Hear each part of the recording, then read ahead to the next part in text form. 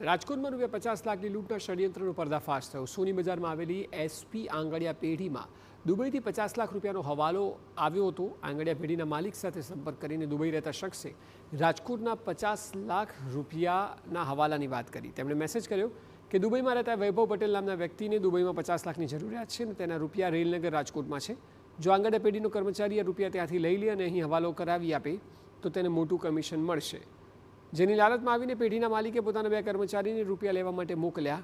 આંગડિયા પેઢીના કર્મચારી બજરંગવાડી ખાતે જ્યારે રૂપિયા લેવા ગયા ત્યારે BMW કાર સાથે 3 શખ્સો ત્યાં આવી પહોંચ્યા અને આંગડિયા પેઢીના કર્મચારીને કારમાં આવીને રૂપિયા લેવાનું કહ્યું।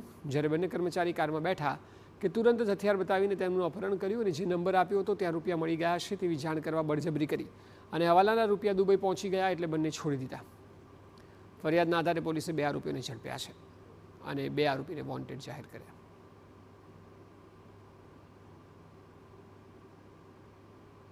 ગુનાહિત કાવતરાના ભાગરૂપે એમને BMW કારમાં બેસાડવામાં આવ્યા હતા અને ત્યાં રૂમાલમાં વીંટી એક હથિયાર એમને બતાવવામાં આવ્યું હતું અને એમનો મોબાઈલ ફોન લૂંટી લઈ અને એમને પાસે સ્પીકર પર રાખી ખોટી કબૂલાત કરાવી હતી કે અમને 50 લાખ રૂપિયા મળી ગયેલ છે, જેથી એસપી આંગડિયા પેઢીથી દુબઈ 50 લાખ રૂપિયા ટ્રાન્સફર કરી દેવામાં આવે અને ખરેખર રૂપિયા એમને આપ્યા નહોતા।